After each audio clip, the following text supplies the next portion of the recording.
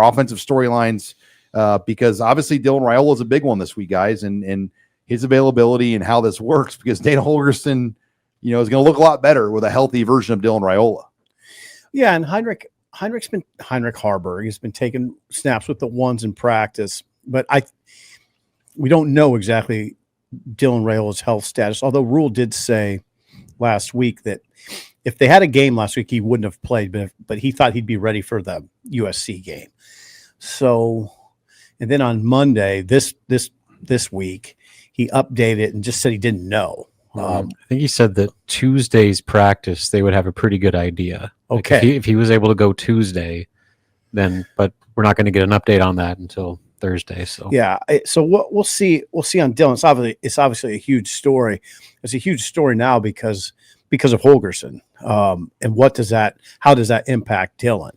How does that impact Dylan in the short term? How does it impact Dylan in the long term? I think if you're a Nebraska fan, you like the pairing. I mean, in the short term and long term, if Hogerson would eventually become the OC, we don't know that. We know he's going to be with Nebraska this season. Beyond that, we don't. But that would, and let's just be very honest here. There's tampering going on all over college football. Dylan hears from teams every single day. It's part of the business. I don't mind saying it. It's just like you just living under a rock if you don't think that's the case. So, I mean, I think it makes sense to have a guy that can push him and that Dylan feels that will better him. Because the one thing I always emphasize about Dylan, he wants to be coach hard and he wants to be better. Well, now you're bringing in a guy too that's put multiple quarterbacks in the league, produced multiple elite offenses nationally at several different stops. So, I mean, he's got a track record that shows that what his offense works, and it's worked over many stops over many years. And so I think that is an appealing addition, especially at a critical time right now where, like you said, I mean, phone calls are happening, options are being laid out on the table. And if you can have something, if you're Matt Rule saying, hey, look what we're doing. We're actively trying to make your situation better. We're bringing in a guy with this profile and this resume to make you the best quarterback that you can be. And I think that when you look at what Dylan needs right now, it's almost like a simplification. You talk about how they were doing too much offensively. Well, what is the air raid? The air raid, like you think it's this like crazy system. It's simple. Yeah. You're running a select number of plays out of a variety of different packages, and you need a quarterback that's going to make quick decisions, get the ball out fast to his receivers. What did you just say? Quick passes early for Dylan. I mean, I think that in theory, the schematic principles that Dana wants to teach versus the skill set that Dylan Raiola needs are a perfect match. You know what, Sean, real quick, you know what Mike Leach, remember Leach, Sean? The late Mike Leach? Yes. You know what he would have called my house before. I'm sorry. For a book tour interview. Really? He had a card on the sideline. A card. And did you ever wonder what he was doing? All he was doing, it was like in the form of a football field. And he was just making dots where the passes went. So he knew they were getting spread around. Mm-hmm. That's all it was. It was a card with dots on it. He didn't even wear a headset half the time, right? No.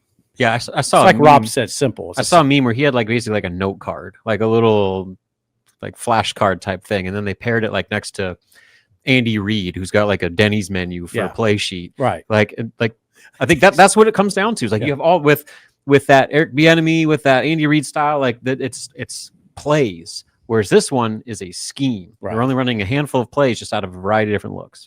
Yeah, I'm also interested just moving forward how this all works out with Satterfield and just how it plays out in the last month and how things look. He's got a big contract underneath him right now with Nebraska. I mean, Nebraska is paying him over $1 million this year. What is the number? He's making I'm looking it up right now. He's making $1.4 million. So he's entitled to that for another year from now. And there's just no way he would take reduced pay to stay at Nebraska. It's just tight ends coach. I mean, I think we all kind of understand what's going on here. And on the flip side, Hogerson, though, his salary is being mitigated by Houston, which I believe his buyout there was around $15 million. That's right. He's paid full pay for this year and next year by Houston, and then half pay for the years after. So Nebraska won't really have to actually pay Dana Holgorsen much. I mean, they'll have to pay him a reasonable coordinator wage, but it won't have to be $1.4 million either. No, so they're getting him at a bargain rate. Now, the thing I want to also mention that people say, why Holgerson? Well, there's a lot of reasons. Robin touched on him. The one we didn't touch on is he and Rule are both athletes. They're both athletes first clients. So they have the same representation. And that is probably more important than you think, because those entities have get-togethers, and they do get together, and they know each other. There is a familiarity that definitely is helpful here. So yeah, it's an amazing development. It almost seems surreal in a way, especially it seems. I mean, this gets lost in the conversation because it's so far removed. But Robin and I guess you and Sean are similar age, but there was a time when we would emphasize the importance of coaching stability. And now here's what we have. We have a major change in staff with 3 games left in the regular season. It's an amazing occurrence. There's drawbacks to it. There's potential drawbacks. And one is you hear the coaches all the time. You hear Matt Rule say it's a process. It's a process. And the players hear that. And the players have heard the same offensive voices since spring. So spring, and then all August, and then all throughout the fall. And suddenly it just got kind of blown up. So it's not, I basically applaud the move, but it's not without some peril. I mean, what are the players thinking right now? Well, yeah, and then the current staff too. I mean, the guy 100. that got removed is still on staff 100. right now. So you need people that can handle this like grown-ups and not be resentful and start to be divisive and have their guys like, it's not a given. You get your tight end group like, oh, we don't want to play for this guy. Look at what he's doing. Like undercutting what's happening from your new OC now. Like, you need everybody to be pulling the rope the same direction. So I thought it was important when Rule talked about how Satterfield kind of just, he understood the situation. He accepted it. He said, let me do whatever I can to help. Garrett McGuire did the same thing. He's like, hey, let me help you with terminology. EJ Barthel, Donovan Raiola.